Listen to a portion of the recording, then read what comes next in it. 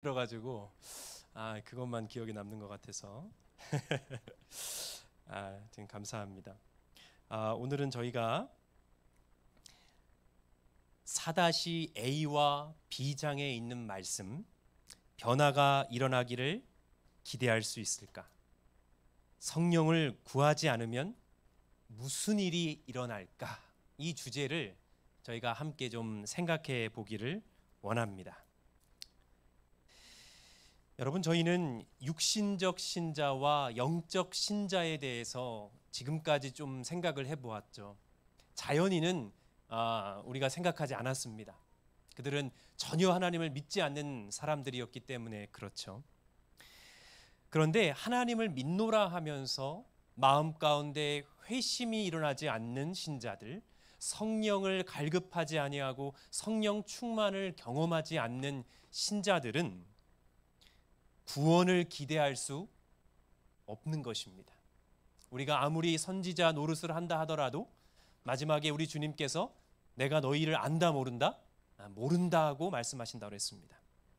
그래서 그들의 마음 가운데에는 하나님의 그 아가페 사랑이 마음에 없습니다. 또한 성령의 권능으로 속사람이 건강해지질 않는 것입니다. 강건해지질 않는 거예요. 세상 사람들이 하는 염려를 똑같이 염려하고 세상 사람들이 받는 그 스트레스를 어떻게 하는 거예요? 똑같이 스트레스를 받는 것입니다. 세상 사람들이 어쩔 줄 몰라서 헤매이는 것처럼 그리스도인들도 방황하고 있다는 것입니다. 그들의 마음에는 그리스도께서 내재하시지 않는 것이에요. 그래서 그리스도를 전파하지도 못하고요. 또한 비그리스도인적 행동이 우리의 삶에 있는 것입니다. 똑같이 경쟁하고 똑같이 뭐 하는 거예요? 싸우고 다투고. 그리고 저는 사실 이 다윗이 구약에서 정말 위대한 인물이었던 이유 중에 하나는 그가 나단의 책망을 받았을 때 뭐 할 수도 사실 있었냐면 살인을 저지르는 충동이 다시 일어날 수도 있었겠지만 그는 그 선지자의 충고를 받았을 때 어땠어요? 그 책망을 겸허히 받아들였죠. 성령이 임하시는 자, 그들은 책망이 이르러 올 때 어떻게 하는 자들이에요? 책망을 수용합니다. 책망을 받아들입니다. 책망을 받아들여요. 한 번은 오래전에 제가 설교를 어느 곳에서 하고 있는데 저는 이제 거기에 앉아 계신 모든 분들을 아무도 모르고 있었습니다. 초대를 받아서 제가 이제 설교를 이렇게 하는데 제가 이 로마서 1장에 있는 말씀을 가지고 설교를 하면서 사망에 해당하는 죄라는 제목으로 설교를 하고 있었어요. 설교를 하는데 어떠한 장로님이 갑자기 손을 딱 들으시는 거예요. 설교 중이에요. 그래서 저도 놀라고 여기 있는 청중들도 놀랐습니다. 갑자기 우리 장로님께서 저기 질문이 있으신가 봅니다. 그래서 어떤 질문이시죠? 그랬더니 그 장로님이 일어나셔서 하는 말씀이 뭐였냐면 목사님 그거 지금 저 들으라고 하는 소리입니까? 설교인데. 여러분 그럼 제가 어떻게 해야 되죠? 거기 보면은 뭐 수군수군 하는 죄부터 시작해가지고 얼마나 많은 그 사망에 이르는 죄에 대해서 나열해 있습니까? 그거를 이제 조목조목 이제 저희가 이제 하고 있었는데 본인의 이 설교 내용 가운데 찔림이 있는데 어떻게 하는 거예요? 몹시 기분이 안 좋았던 것입니다. 근데 제가 거기다 대고 뭐라고 했냐면 여러분 그럼 제가 거기서 아니에요 장로님 들으라고 한 얘기 아니에요라고 얘기합니까? 어떻게 해야 되죠? 제가 그때 그 마음이 북받쳐가지고 그냥 울어버렸어요. 울면서 제가 뭐라 했냐면 그럼 저는 누구 들으라고 설교를 하고 있는 것이죠? 제가 이렇게 하면서 설교를 마무리했던 기억이 있습니다. 육신적 그리스도인들은 책망받기를 싫어합니다. 그리고 이들의 기도 생활은 거의 전무한 상태. 왜요? 기도해도 하나님 앞에 잘못 구하고 있고 그 기도가 응답되지 않기 때문에 뭐예요? 기도해야 될 필요성을 못 느끼고 있어요. 저희 작은 아들은 얼마나 까분인지 7살인데 밥을 먹으라고 이제 식사를 다 차리고 밥을 먹으라 그러면 얼마나 급한지 보통 우리가 기도할 때 하나님 귀한 음식 주셔서 감사합니다. 예수님의 이름으로 기도합니다. 아멘 해야 되잖아요. 그런데 이제 밥 먹어 하면 와가지고 얼마나 급한지 예수님의 이름으로도 빠져요. 그래서 어떤 소리만 들리냐면 습니다 아멘 한 0점 몇 초? 예. 뭐라고 기도한 거야? 다 기도했대. 다 기도했대. 이들은 인간적 수준에서 용서하기 때문에 용서 후에도 유감이 속이 제거되지가 않는 것입니다. 제가 우리 서귀포교회 분들은 뒤끝 없으시죠? 뒤끝. 제가 아주 자주 두는 예화인데 뒤끝 없으시죠, 여러분? 예? 뒤끝 있으십니까? 아, 뒤끝 있으면 큰일 나는데. 그런데 여러분 어느 분들은 여기서 저 뒤끝 없습니다. 여러분 근데 이게 뒤에 끝이 있으면 뭐도 있는 거냐면 사실은 앞끝도 있는 거예요. 여러분 뒤끝 없는 사람은 이미 앞끝으로 뭐 한 거죠? 이미 찌를 만큼 찌른 거야. 그러고 나서 뭐라는 거예요? 나 뒤끝은 없어 이러는 겁니다. 여러분 그리스도인들은요 앞끝도 없어야 되고요 뒤끝도 없어야 되는 것입니다. 그죠? 자, 그런데 이 육신적 그리스도인이 아닌 영적 그리스도인들은 에베소서에 있는 말씀처럼 그의 영광의 풍성함을 따라 그의 성령으로 말미암아 우리 가운데 역사하시는 능력대로 우리가 구하거나 생각하는 모든 것에 더 넘치도록 능히 하실 이에게 교회 안에서와 그리스도 예수 안에서 영광이 대대로 영원 무궁하기를 원하노라 했습니다. 네, 성령이 우리에게 말씀하시는 대로, 그죠? 성령이 나에게 역사하시는 대로 내가 예수 그리스도 안에 있기를 원하노라. 네. 자, 여러분 여기 이 말씀이 있습니다.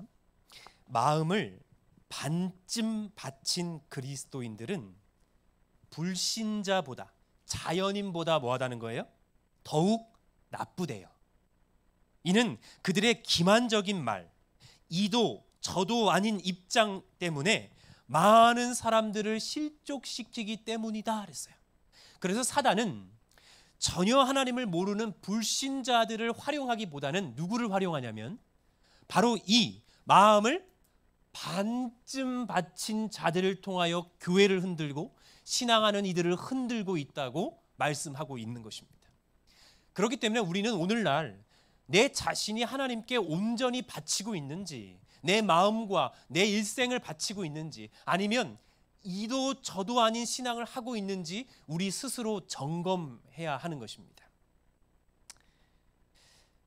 여러분 우리의 신앙이 뜨겁지 않은 이유를 좀 생각해 보신 적이 있습니까?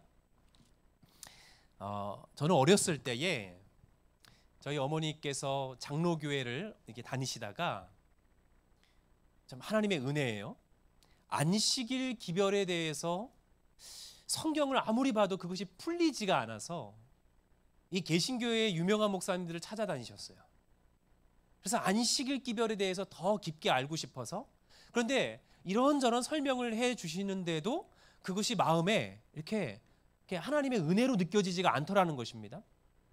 어느 날 한 주일날이죠. 주일 예배를 마치고, 그때 당시에 저희가 서울시 동대문구 장안동에서 살았는데 예배를 마치고 이렇게 집을 가고 향해 있는데 아주 허름한 교회가 하나 보이는데 간판도 얼마나 허름한지 거기에 뭐라고 적혀 있냐면 제7일 안식일 예수재림교 장안동 교회라고 되어 있는 거예요. 판자교회처럼 아주 허름한 교회인데, 근데 뭐가 보이는 거죠? 안식일이 보이는 거예요. 그래서 저희 어머니가 장로교회 집사였는데 그만 자기도 모르게 그 교회로 들어왔습니다. 예. 근데 그때 당시에 목사님과 사모님이 일요일 날 특별히 한 교회의 성도를 위해서 기도할 기도의 제목이 있어서 그곳에서 기도하고 계셨던 거예요. 들어가서 목사님과 사모님을 만났습니다. 어떻게 오셨냐고.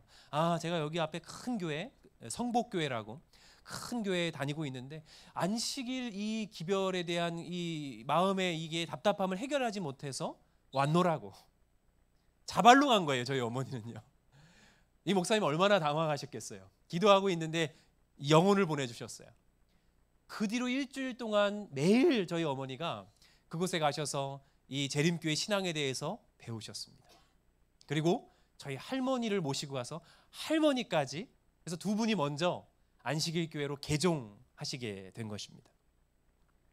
그렇게 개종하신 다음에 교회에서 저희 어머니에게 들으라고 뭐를 이렇게 사주셨냐면, 그때 당시에는 CD도 흔하지 않아서 그 카세트 테이프 있지 않습니까? 그때 그 신규 목사님 카세트 테이프가 있었어요. 이렇게 그 케이스에 테이프가 이렇게 있는 거 있잖아요. 그거를 이제 들으라고 해주셨는데, 저희 어머니가 아침 새벽부터 매일매일 매주 그 테이프를 들었어요. 어느 정도냐면 웬만한 신규 목사님 설교를 제가 아직도 다 거의 기억할 정도로 제가 어렸을 때 그냥 집에 있다 보니까 듣게 됐어요. 근데 그 목사님이 하셨던 예화 가운데 서대문 형무소에 이 정치적인 오해 때문에 그 형무소에 갇히게 된 기자 한 분의 이 예화를 이 설교 중에 예화하셨습니다. 그 기자가 그 서대문 형무소를 나와서 쓴 책이 있었는데, 그 책의 이름이 하늘 보고 땅 보고라고 하는 책이에요. 제가 그 책을 너무 구하고 싶어서 절판이 됐거든요, 그 책이요. 그래서 그 동대문에 있는 그 청계천의 그 중고책 그 거리를 얼마나 다녔는지 몰라요. 결국에 구했어요. 근데 그 책의 3분의 1이 다 한문으로 되어 있습니다. 너무 오래전 책이라서. 근데 그 책이 너무 귀해서 중고 서점의 그 사장님께서 5만 원을 달라는 거예요. 그 책이 이런 하얀색이 아니고요, 누렇게 바랬어요. 근데 제가 그 책을 너무 구하고 싶어서 그 책을 5만 원을 주고 샀던 걸 아직도 기억이 납니다. 그런데 그 책에서 그 기자가 정치적인 어떤 탄압 때문에 잠시 동안 서대문 형무소에 들어가게 됐는데, 그 당시에 거기는 사형이 집행되던 곳이었다는 거예요. 거기에 유행어가 하나가 있었는데, 그게 뭐냐면 바로 고만통이에요. 고만통. 이 고만통의 뜻이 뭐냐면 이 서대문 형무소에 들어가게 되면 모든 문제가 다 뭐라는 거예요? 다 고만이라는 거예요. 다. 왜냐하면 수많은 사형수들이 거기 들어가기 때문에 거기서는 다른 것들은 다 고만이라는 거예요. 그래서 이 서대문 형무소를 고만통이라고 불렀다는 것입니다. 고만통이라고 불렀대요. 그런데 여기에 있던 이 수감자들을 놀리기 위해서 그 직원들이, 예를 들어서 면회가 오거나 이러면 이 형무소의 이 수감 곳에서 이렇게 나와서 그 큰 이제 이 뭡니까 중앙 정원 쪽으로 이렇게 가게 되는데, 그쪽에서 이제 오른쪽으로 가면 면회실이고요, 거기서 왼쪽으로 가게 되면 하나밖에 없어요. 사형하는데 그 사형수들에게 사형 일자를 안내해 주질 않는다는 것입니다. 그래서 여기 있는 직원들이 이 사람들을 놀리기 위해서, 예를 들어서 구창규 재수 나와 이러는 겁니다. 그럼 그 나오라는 것이 면회 때문에 나오라는 건지 사형으로 나오라는 건지를 모르는 거예요. 그래서 이름만 불리면 이 형무소에 있는 사람들이 막 너무 긴장을 하는데, 일부러 이 사람들이 그 갈림길 거기서 한참 서 있는다는 것입니다. 그리고 나서 이제 면회면 어떻게 하는 거예요? 오른쪽으로 툭 미는 거예요. 그러면은 가슴을 쓸어 담기면서 이제 면회를 하러 가는 것입니다. 그런데 이 기자가 그 수많은 사람들이 그 정원에서 그 갈림길에 서 있는 것을 이 창문으로 보는데, 하나같이 이제 왼쪽으로 밀 때에, 왼쪽으로 민다는 건 뭐죠? 사형이에요. 사형입니다. 그렇게 왼쪽으로 툭 밀면 그 모든 죄수들이 한 행동이 있었는데, 그게 뭐냐면 하늘을 한번 보고 땅을 한번 보더라는 것입니다. 그래서 그 책의 제목이 하늘 보고 땅 보고였어요. 여러분, 이 사형수들이 어떤 마음과 심정이었을까요? 자신이 언제 죽을지 모르는 거예요. 네. 그러다가 갑자기 왼쪽으로 밀리게 됐을 때는 이제는 그 범민들, 연민들 고만, 통, 모든 것들이 다 사라져버리는 것이 됐다는 것입니다. 여러분, 우리가 뜨거운 신앙을 하지 않는 가장 근본적인 이유는 사실 여러분, 내 자신이 이 죄악으로 인하여 죽을 수밖에 없는 사형수라는 사실을 뭐 하는 거예요? 잊어버리기 때문에 그런 것입니다. 정말이에요. 정말입니다. 여러분, 신학과를 가기 위해서 이제 하나님이 종이 되어야 되겠다 이제 결심하고 나서 하나님 앞에 이제 좀 구별하기 위해서 제가 이제 금식을 시도한 적이 있었어요. 2, 3일이 아니라 좀 길게 금식을 이제 시도를 했는데 여러분, 이 금식이 얼마나 힘든지 저희 어머니가 저한테 이렇게 충고를 하셨어요. 야야, 금식을 하려면, 예를 들어 금식을 열흘 하려면 열흘 동안 준비해야 되고 금식해야 되고 나중에 이제 보식도 열흘 동안을 해야 된다고 얘기를 하는 거예요. 그래서 이제 그때는 뭐 이제 하나님의 종이 되겠다고 결심을 했으니 그거 뭐 이렇게 하고서 이제 준비를 하는데 여러분, 얼마나 금식이 힘든지. 언제가 제일 힘드냐면은 이제 2, 3일이 제일 힘든 것 같아요. 정말 너무너무 힘들어요. 여러분, 근데 다 큰 이 성인이 신학과 가겠다고 이제 금식 기도를 하는데 얼마나 유치해지는지요. 나중에는요, 기력이 없어서요, 누워만 있었어요. 근데 제가 하나님 앞에 그 열흘을 구별한 이유가 뭐였냐면 금식하면서 뭐 하겠다는 거였죠? 기도하겠다는 거였는데 제가 목표로 정해놓은 기도의 동산이 있었는데 거긴 간 힘도 없고 하루 종일 들어 누워 있는데 나중에는 무슨 생각하냐면은 하나님, 제가 정말 하나님의 종이 되겠습니다. 이런 대화를 하나님과 하는 게 아니라 누워서 계속 무슨 생각하냐면은 금식 끝나면 뭐 먹지? A4 용지에 적기 시작했어요. 이것도 먹고. 그런데 이제 금식 기간이 딱 끝나고 보식을 하는데 저희 어머니가 이 보식을 어떻게 시작하셨냐면 숟가락에다가 현미밥을 한 숟갈을 퍼와서 왔어요. 그러고 하시는 말씀이 너희 이제 첫 보식이다 이러는 거예요. 근데 여러분, 현미밥이 얼마나 딱딱해요. 그래서 저희 어머니가 하신 말씀이 이거를 씹는데 완전히 침같이 돼가지고 그냥 목구멍으로 그냥 흘러갈 때까지 씹어 먹으라는 것입니다. 그래가지고 여러분, 금식을 다 마치고 그걸 입에 넣는데 현미밥이 얼마나 맛있는지. 여러분, 근데 이 안에서 누가 있는 것 같아요. 죽이 되기까지 씹어야 되는데 이 목에서 누가 이걸 얼마나 잡아당기는지. 한 숟갈을 먹었는데 너무 맛있는데 여러분, 그동안 참아왔던 허기가 갑자기 막 봄밀듯이 밀려오는데 눈이 이제 돌아간 것 같아요. 이제 보식을 잘 마치고 저녁에 이제 다 이제 주무시는데 이제 뭐가 끝났어요? 제가 금식이 끝나가지고 주방을 저희가 제가 그날 저녁에 뭘 먹은 줄 아십니까? 제가 얼마나 속을 그때 버렸는지 몰라요. 제가 그때 초콜릿을 먹었어요. 초콜릿하고 먹고 싶은 걸 와가지고 입 싹 닦고. 근데요, 제가 여러분 거기다가 막 체하고 막 난리도 아니었어요. 얼마나 고생을 했는지 모릅니다.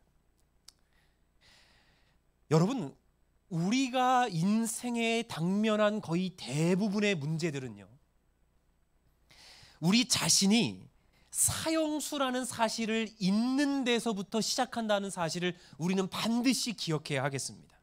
우리가 사형수가 되어야 뜨거운 신앙을 가질 수가 있어요.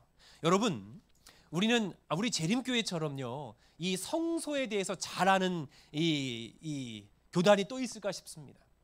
여러분, 근데 성소를 좀 생각해 보면요, 여러분, 뜰에서부터 성소 안으로 들어갔습니다. 그리고 성소와 어디를 지성소 안에 휘장이 이렇게 있어요. 그리고 그 지성소를 뭐라고 불렀습니까? 성경에서는요, 속죄소, 하나님의 율법 법궤가 있는 그 뚜껑 그 바로 위를 속죄소라고 그랬습니다. 그럼 여러분, 속죄소라는 뜻은 뭐죠? 속죄소, 죄가 속해지는 곳이에요. 죄가 사하여지는 곳입니다. 그것이 바로 속죄소예요. 그런데 예언의 시내는 그 속죄소를 다른 말로도 표현해 놨습니다. 이것은 제7일 안식일 예수 재림교인들만 알고 있는 표현이에요. 속죄소를 다른 말로 표현했어요. 정답이에요.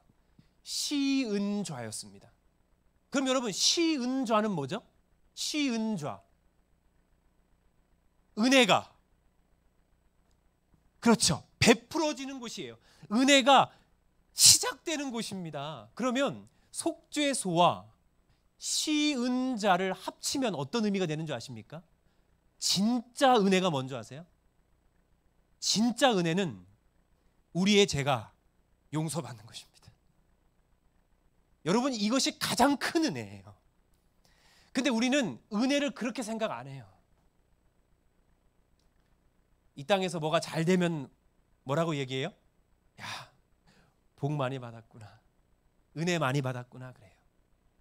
그래서 다른 사람처럼, 세상 사람들처럼 뭐예요? 은혜 받기를 원하고 복 받기를 원하는 것입니다. 우리는 잘못된 것을 구하고 있는 거예요. 만약 우리가 사형수라면, 그 신목사님 예화 가운데 또 그 예화가 있어요. 이 신목사님이 군대를 가야 되는데 어머니가 야야, 나 너 군대 못 보낸다 이러는 거예요. 군대 못 보낸다. 그래서 내가 논산 그 옆에다가 이 단칸방 하나 짓고 거기서 이 바늘 이거 하면서 그 돈 벌면서 내가 너를 매일매일 봐야 된다. 군대의 개념을 잘 모르셨던 것 같아요. 예. 근데 그 신목사님이 막 눈물을 흘리시면서, 만약 제가 죽을 수밖에 없는 죄인이라서 사형을 당해야 되는데 제 어머니가 나를 대신해서 죽을 수만 있다면 저희 어머니는 필히 나를 위해 대신 뭐 하실 것이다? 죽으실 것이다. 우리 어머니는 그런 분이라고 그렇게 설교 가운데 예화를 하셨거든요. 제가 그 얘기를 중학생 때 들었어요. 그 예화 테이프를요. 근데 갑자기 호기심이 생겨서 저희 어머니한테 대뜸 저녁 식사 시간 때 엄마가 그 틀어놓은 그 목사님 예화에 그렇게 한다던데, 그러면 엄마도 그 신기원 목사님 어머니처럼 나를 위해 죽을 수 있어? 이렇게 질문했어요. 저희 어머니가 아직도 대답을 안 하셨습니다. 그런데 제 그 질문에 그냥 우셨어요. 제 질문에 yes, no라고 대답 안 하시고요. 갑자기 그 질문이 저희 어머니의 그 마음에 와닿았나 봐요.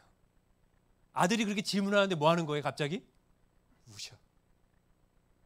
근데 저도 모르게 막 울었어요. 왜 울어? 왜 울어? 근데 여러분, 그 마음은 어떤 마음이죠? 내가 너를 위해서라면 죽을 수 있다 이거예요. 왜 나는 뜨거운 신앙이 생기지 않을까? 왜 나의 믿음은 성장하지 않을까? 왜 나는 세상에 대한 사랑을 버리지 못할까?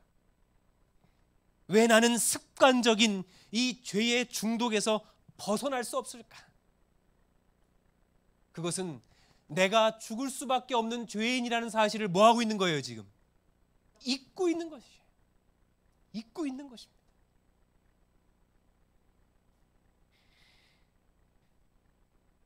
하나님의 사면을 받아야, 그죠? 하나님의 그 용서해 주시는 다음 없는 은혜와 사랑을 경험해야지 우리는 뜨거운 신앙을 가질 수 있는 것입니다. 그죠? 여러분, 이 개인적 신앙 부흥의 단계 가운데서 우리가 진정 성령 충만한 삶을 살고요, 매일 성령과 함께 동행하는 기쁨의 삶을 누리기 위해서는 내가 죄인이라는 사실, 이 죄의 문제를 해결하지 않는다면 내 안에는 어떠한 평안이 이르러 오지 않는다는 사실을 우리는 꼭 기억해야 하겠습니다. 그러므로 우리가 하나님 앞에 기도할 때, 하나님 앞에 간구할 때, 여러분, 우리의 첫 번째 기도는 뭐예요? 뭐가 되어야 되는 거예요? 나의 죄를 용서해달라는 기도가 되어야 되는 거예요. 그죠? 그래서 나의 죄가 용서함 받았다는 그 은혜와 기쁨으로 우리가 하루를 시작할 수만 있다면 여러분, 능히 우리는 성령 충만한 생애를 살 수 있을 것입니다. 베드로후서 3장 11절로 12절 같이 좀 읽어보겠습니다. 시작. 너희가 어떠한 사람이 되어야 마땅하뇨? 거룩한 행실과 경건함으로 하나님의 날이 임하기를 바라보고 간절히 사모하라 그랬습니다. 사모하라 그랬어요. 제가 참 좋아하는 이 선배 목사님이 계시는데, 제가 그 목사님을 좋아하는 이유가 하나 있어요. 그 이유는 뭐냐면, 여러분, 왜 이렇게 오늘날 예수님을 얘기하는 게 힘들어졌는지 모르겠습니다. 안식일날 오후에 우리 성도들도 이렇게 여러 대화를 해보면, 이 농사를 주로 짓는 곳에서는 주로 무슨 얘기하냐면 농사 이야기하고, 그죠? 먹고 사는 이야기하고, 아이들 말 안 듣는 얘기하고. 그런데 인격 대 인격으로, 성도 대 성도로 그저 예수님을 이야기하고 싶은데 예수님을 이야기하기가 참 어려운 시대가 되었어요. 근데 그 목사님만 만나면 술술 무슨 얘기가 되냐면 예수님에 대해서 이야기할 수 있어요. 나 어떠한 예수를 만났고, 말씀 가운데 어떠한 예수님을 보았고. 한 번은 그 서울 36 중고등학교 앞에 이 칼국수 집에 있었는데, 거기서 그 목사님을 만나서 남자 둘이서 칼국수 먹다가 뭐 했냐면 둘이서 예수님 얘기하다가 울었어요. 근데 여러분, 사람들이 얼마나 이상하게 저를 보는지. 왜죠? 남자 둘이서 칼국수 시켜놓고 거기서 뭐 하고 있는 거예요? 울고 있어. 사람들이 얼마나 오해를 하고 쳐다보고 있는지. 여러분, 오늘날 현대 교회는 무기력해요. 천박하대요. 물질주의가 넘쳐나고요. 관용이 결핍되고요. 소진된 목사들, 교회를 떠나는 10대들, 수련되지 못한 교인들, 성과 없는 프로젝트들, 강인하고 헌신한 신자의 부족이 이 현대 교회를 점철시키고 있다는 것입니다. 여러분, 이 모든 것들이 뭐의 부족이라는 거예요? 성령의 부족이라고 하는 것입니다. 성령의 부족이라는 거예요. 성령의 부족. 제가 어제 예배 마치고 다 갔는데 저희 큰아들의 질문이 있었습니다. 아빠, 성령이 내 안에 오시는 것을 어떻게 경험할 수 있어? 이렇게 질문했어요. 근데 갑자기 제가 부끄러워졌습니다. 왜냐하면 속 시원하게 이렇게 얘기해 주고 싶었거든요. 아빠를 봐. 이렇게. 아빠를 보면 알 수 있잖니? 이렇게 얘기해 주고 싶었어요. 네. 왜요? 여러분, 사도 바울이 교회들에게 뭐라고 얘기했냐면 누구를 본받으라고 했어요? 나를 본받으라는 거예요. 내 안에 예수 그리스도의 흔적이 있다는 거예요. 내 안에 성령의 역사가 있다는 것이에요. 네. 그래서 많은 사람들이 그 사람을 보면, 그 목사를 보면, 그 성도를 보면 뭐예요?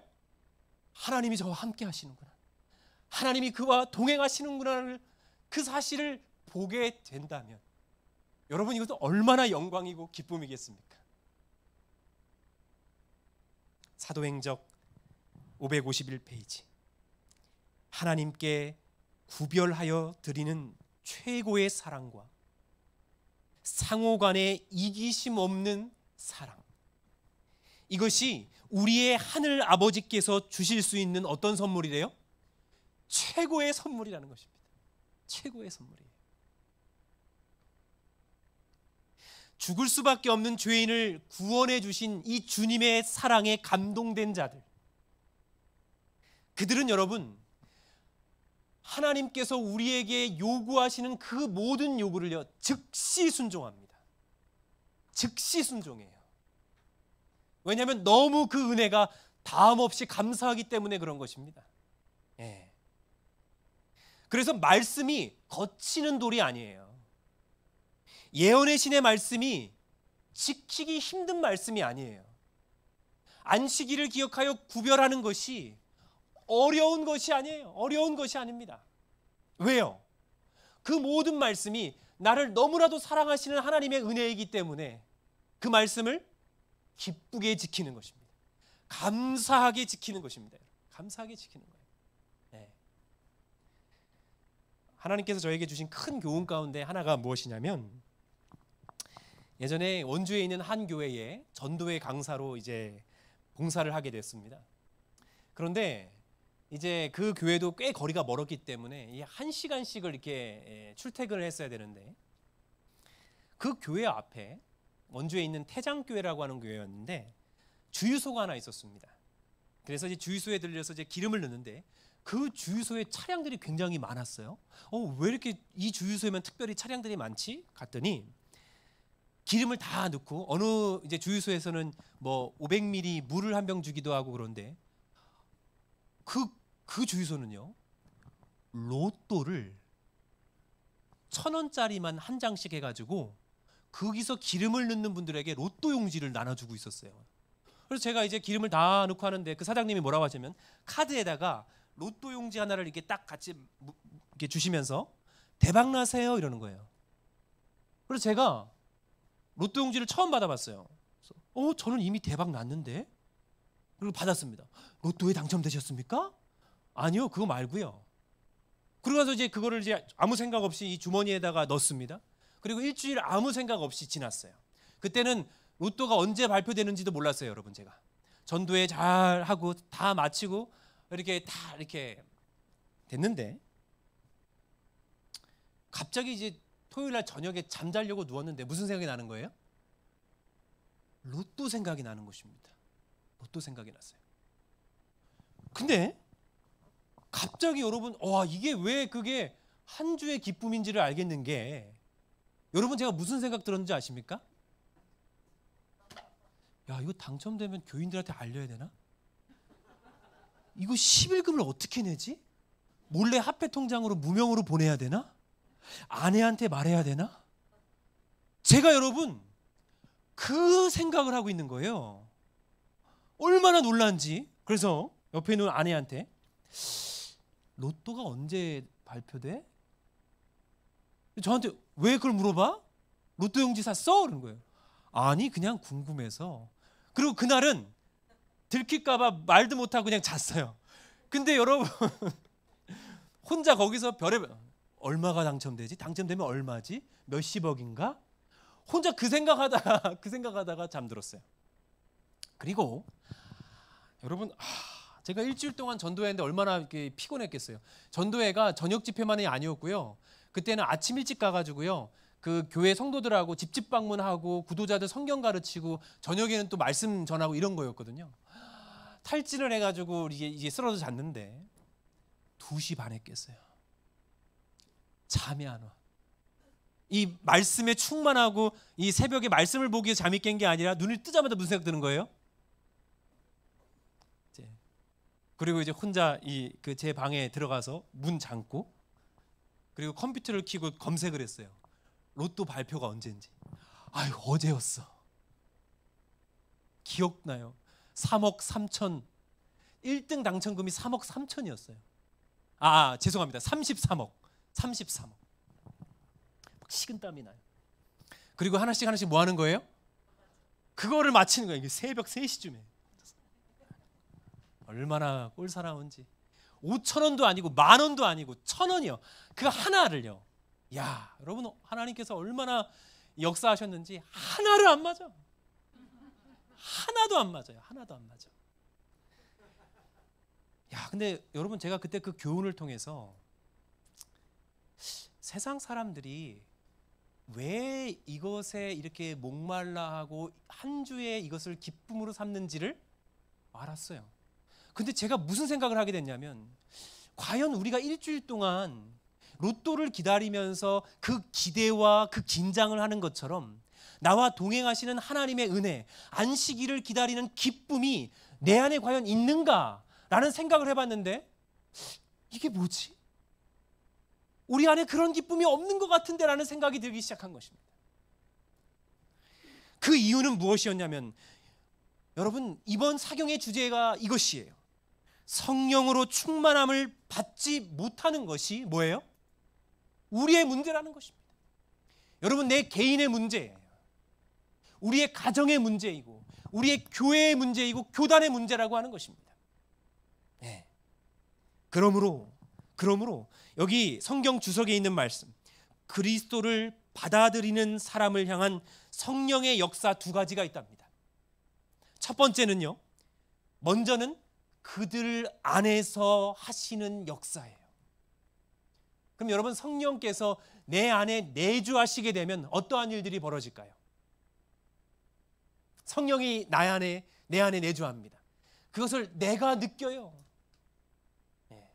그 얘기는 뭐예요? 나와 하나님과의 관계가 어떻다는 거죠? 아주 뜨겁고 밀접한 것입니다. 늘 하나님과 대화하는 것입니다. 그러면 기쁨이 넘쳐요. 여러분, 즐거움이 넘쳐요. 네.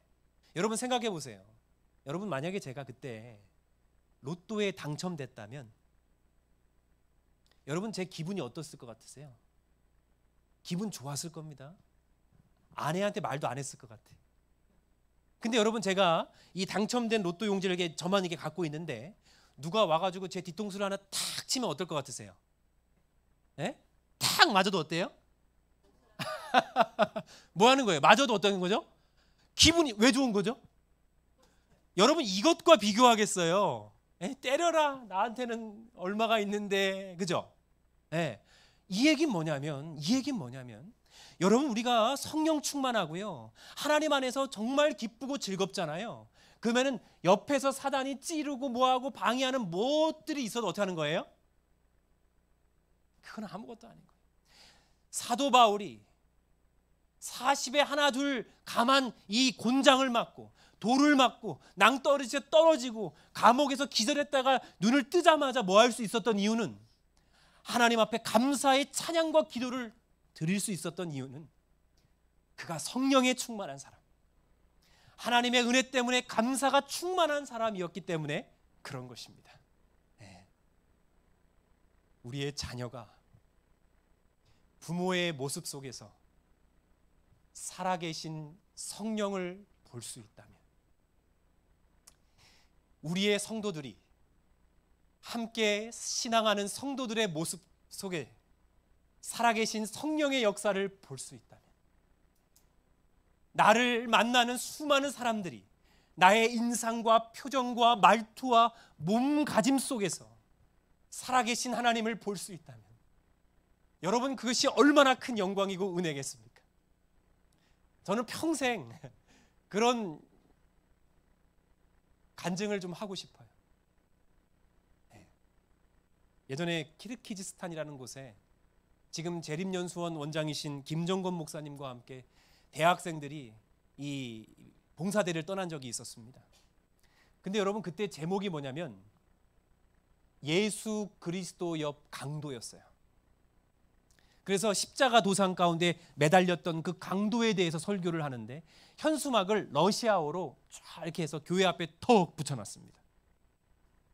그런데 셋째 날 되는 날 갑자기요, 러시아 마피아 하나가 들어왔어요. 근데 여러분, 그 정말 표정으로 살기를 느끼는 걸 처음 경험해봤거든요. 근데 여러분, 그 사람이 그 전도회 집회에 왜 들어왔는 줄 아십니까? 제목에 뭐라고 적혀 있어서요? 강도라고 적혀 있어서, 자기가 뭐니까? 자기가 강도라서 강도 옆에 있는 예수 그리스도?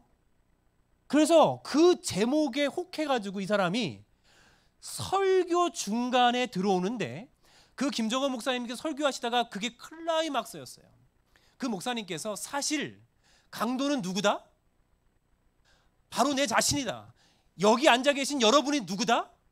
강도다라고 호소하는데, 진짜 마피아 강도가 그 앞에 딱 들어가서 문을 열고 들어갔는데 이 목사님이 뭐라는 거예요? 강도다 이러는 거예요. 그러니까 진짜 강도가 들어갔는데 강도다 그러니까 화들짝 놀란 거예요. 와, 그 마피아 그분이요, 그날 회심했어요. 그리고 뭐라고 그랬냐면, 내가 강도인 줄을 이 목사님이 어떻게 알았냐는 거예요. 왜요? 강도다 그랬으니까요. 그래서 내가 진짜 마피아 강도인데 여러분 여기에요 그 뭡니까 파랗게 마약을 한 자국과 온몸에 칼에 베인 자국이 얼마나 많은지 몰라요. 그런데 나 같은 인간이라도 예수님을 믿고 구원받을 수 있다면 나도 신앙을 하고 싶다고 그 집회 셋째 날 끝나는 날 그가 간증하는 것입니다. 그 전도회 끝나는 날 저희 봉사대원들이 이 돈을 모아가지고 뭘 사줬냐면은 하얀색 와이셔츠를 사줬는데 와이셔츠를 처음 입어봤다는 거예요. 예. 그가 예수 그리스도의 이름으로 침례를 받았습니다. 그리고 나서 이제 그 침례식이 끝나고 거기서 그 사람이 간증을 하는데 뭐라고 하냐면 이렇게 간증을 했어요. 내 주위에 있는 내 친구들은 항상 욕을 하고 폭력적이고 살인의 기운을 느낄 수밖에 없었는데 여기에 앉아있는 성도들과 특별히 봉사하러 온 우리 대원들, 그 대원들의 모습 속에서 자기는 뭘 봤다고 얘기하냐면 예수님을 봤다는 거예요. 그래서 그가 예수님을 끝까지 믿게 해달라고 도와달라는 거예요. 왜냐하면 자기가 예수님을 믿으면 자기의 친구들이 마피아들이 자기를 죽일 거라는 것입니다. 근데 결론을 말씀드리자면 몇 회 뒤에 실제로 그가 예수를 믿는다는 이유로 동료들에게 살해당했습니다. 거기에 있었던 천명 선교사가 마지막으로 그를 봤을 때 자기를 위하여 기도해달라고 했어요. 자기의 동료들이 지금 자기를 찾고 있다고. 근데 그는 끝까지 예수님 믿는 걸 포기 안 하고 끝내는 동료들의 손에 의해서 죽게 되었습니다. 둘째는 그들을 통해서 역사하는 거예요. 성령께서 내주하시는 것을 보며 자각하며 사람들은 그들의 모습 속에서 삶에서 성령의 열매를 목격하게 되는 것입니다. 여러분 이제 우리 기도했으면 좋겠어요. 와, 여러분 저 얼마나 좋은지. 여러분 여기는 그 주소를 안내해 주지 않아도 돼요. 여기서 이렇게 딱 오는데 이 대로변 정중앙에 뭐가 보이는 거예요? 야, 제7일 안식일 예수재림교회 서귀포교회 딱 보이는데 사람들이 얘기하는 것입니다. 야, 저 교회는 정말 예수님을 믿는 사람들이 있는 교회. 저 교회는 살아계신 하나님의 영이 임하는 교회. 여러분 이러한 고백을 우리가 들을 수 있다면 얼마나 좋겠습니까? 네. 제 기도 제목이에요. 네. 네. 저희 아들로 이제 이게 주문을 걸면은 따라하면 안 되는데, 아 아빠 나도 아빠처럼 신앙하고 싶어. 나도 아빠가 믿는 하나님을 섬기고 싶어. 네. 저희 아내가 뭐라고 저한테 얘기해 줬으면 좋겠는 거예요? 아,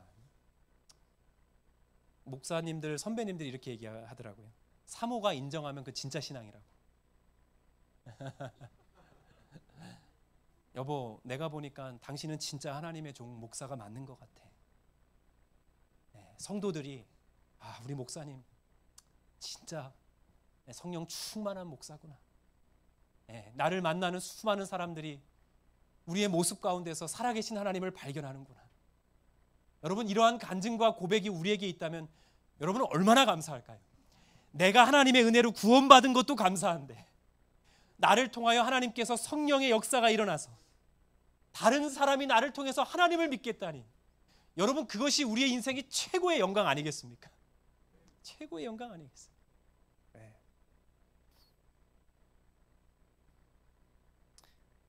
여기 오기 직전에 저희 아들이 이러는 거예요. 동생하고 막 이렇게 막 장난을 치면서 너는 어떤 집에서 살고 싶니? 막 이러면서 둘이 이제 장난을 치는데 예전에 휴가로 한번 그 수영장이 같이 있는 그런 곳에서 이제 휴가를 결혼하고 나서 처음 한번 가진 적이 있었는데 거길 갔다 오더니 애들이 너무 거기에 빠져가지고 이러는 겁니다.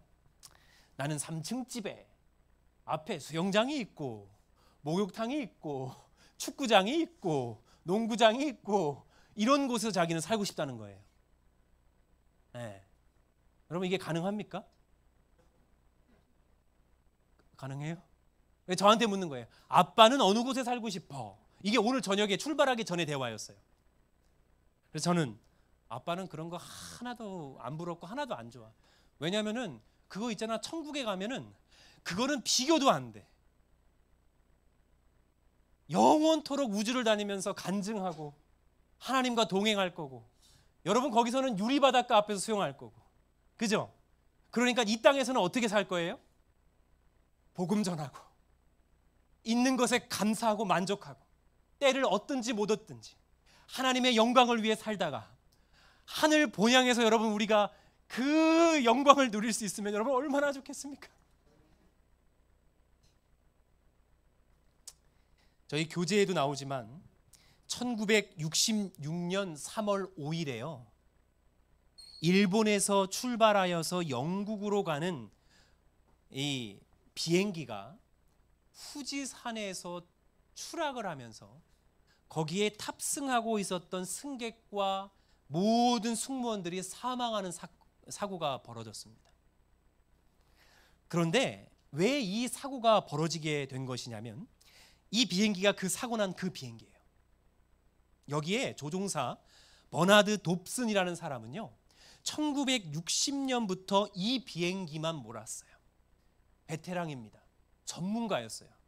그런데 일본에서 이제 도쿄에서 떴습니다, 이 비행기가. 그리고 영국으로 향해 가는데, 우와, 이 조종사가 이게 보는데 후지산이 구름 한 점 없이 얼마나 아름답게 이렇게 보이는지 이 조종사가 승객들한테 선물을 하나 해주고 싶다는 생각을 하게 됐어요. 그래서 무슨 결심을 하게 되냐면, 항로를 벗어나서 이 후지산을 가까이 한 바퀴 돌아서 이제 가야 되겠다. 그래, 기내에는 뭐라고 얘기하는 거예요? 여러분을 위해서 특별하게 제가 후지산을 한 바퀴 돌 테니까 창문을 통해서 이 장관을 좀 보시라고 그렇게 안내를 했습니다. 그런데 이 조종사가 간과했던 것이 하나 있었는데, 이 후지산은요, 정상으로부터 어떤 바람이 부냐면, 이 후지산을 넘어가면서 갑자기 엄청난 바람이 밑을 향해서 이렇게 떨어지는 이 바람이 있었는데, 이 바람은 비행기의 출력으로도 극복할 수 없는 바람, 이 바람을 이 조종사가 간과했던 거예요.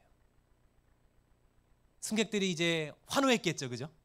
그리고 창가를 통해서 후지산의 이 장관을 보는데, 이 바람과 상관이 없던 기류 가운데서는 잘 돌다가 갑자기 이 기류가 바뀌는 그 지점에서부터 완전히 꼬꾸라지기 시작하면서 그대로 추락해 버렸습니다. 전원 사망이었어요. 여러분, 이 조종사는요, 지정된 행로로부터 뭐 한 거죠? 벗어났습니다. 벗어났어요. 그래서 시계 비행 모드, 자기의 눈으로 보이는 공간을 이제 자기가 직접 조정하는 모드로 바꿔버린 것입니다. 이 지정된 행로를 벗어나니까 어떤 일이 벌어지는 거예요?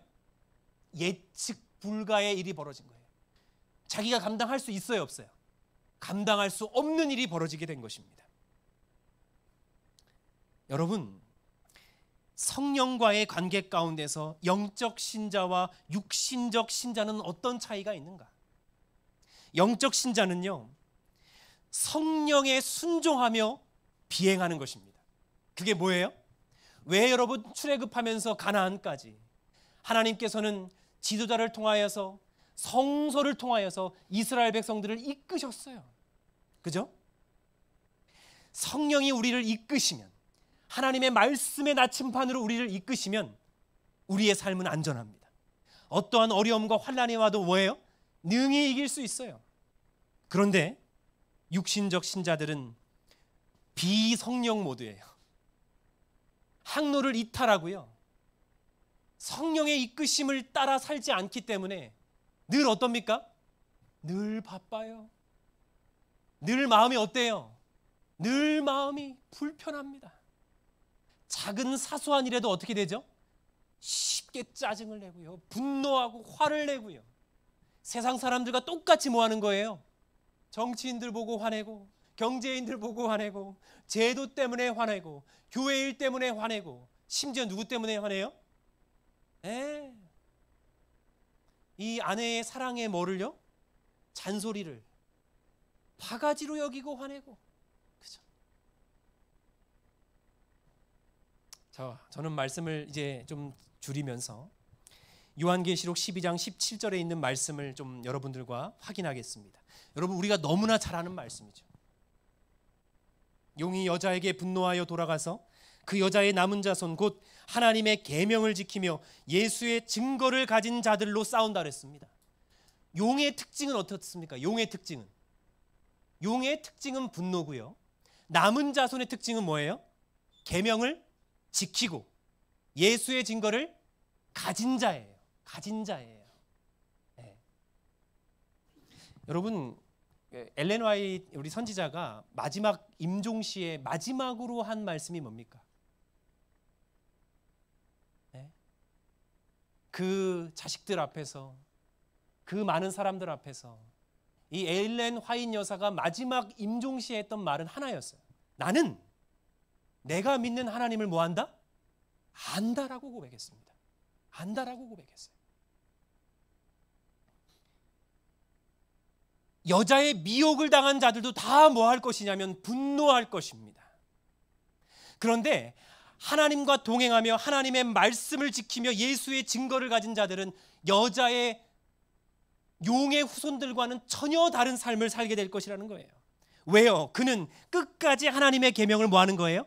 지키며 잡으며 성령의 흔적을 가진 자들이기 때문에 그런 것입니다. 우리 사랑하는 우리 서귀포교회 성도 여러분, 이제 우리가 이런 결심했으면 좋겠습니다. 나의 삶에 성령이 함께 하시는 것을 구체화했으면 좋겠어요. 이 교재에서도 나옵니다. 뭐예요? 내가 먹는 것에도 성령이 함께하고, 그죠? 내가 생활하는 곳에도 성령이 함께하고, 심지어 나의 가정 생활에도 성령이 함께하고, 나의 직장에도 뭐예요? 성령이 함께하고, 내가 만나는 모든 사람들 그 관계 속에서도 성령이 함께하고, 그죠? 심지어 나 혼자 있는 시간과 공간 속에서도 뭐예요? 성령이 함께함을 인식하고 인지하고, 그죠? 기쁨으로 뭐 하는 거예요? 여러분, 혼자 있을 때가 진짜 신앙이잖아요. 아무도 안 보고 있는데, 근데 여러분, 우리는 사람들이 안 보고 있으면 아무도 안 본다고 느끼죠. 그렇기 때문에 뭐 하는 거예요? 보고 듣고 먹고 즐기는 모든 것에 있어서 얼마나 자유합니까? 그런데 성령의 사람은 뭐예요? 나 혼자 있어도, 아무도 모르는 곳에 나 혼자 있어도 성령이 나와 함께 하심을 뭐 하는 거예요? 인식하는 거예요. 기억하는 것입니다. 나 혼자 있을 때도 우리 성령님을 기쁨으로 내 옆에 모시는 것을 감사히 여길 수 있는 신앙. 여러분, 그러한 신앙을 할 때 우리의 전 인생은 정말 뜨거운 성령 충만으로 역사될 것을 믿게 되기를 예수님의 이름으로 간절히 축원드립니다. 이제 우리의 결심을 함께 기도하는 시간 갖겠습니다. 첫 번째 기도 제목은요, 성령 충만한 사람이 되기 위해 내 자신이 죽을 수밖에 없는 죄인임을 깨닫게 해달라고 여러분 기도해 주십시오. 여러분, 이것이 가장 중요합니다. 여러분, 저 사람이 죄인임을 깨닫게 해달라고 기도하지 마시고요, 내 자신이 죽을 수밖에 없는 죄인임을 깨닫게 해달라고 기도해 주십시오. 그래서 용서해 주시는 그 예수님의 십자가의 사랑을 경험할 수 있도록 말이죠. 두 번째 기도 제목은요, 육신적 신자의 고통에 머물러 있지 않고 날마다 새롭게 하시는 성령의 은혜와 축복을 경험하는 성도들 되도록 우리 두 분씩 오늘도 짝을 지셔서 함께 기도하는 시간 갖도록 하겠습니다. 우리 음악이 마칠 때까지 함께 기도해 주십시오.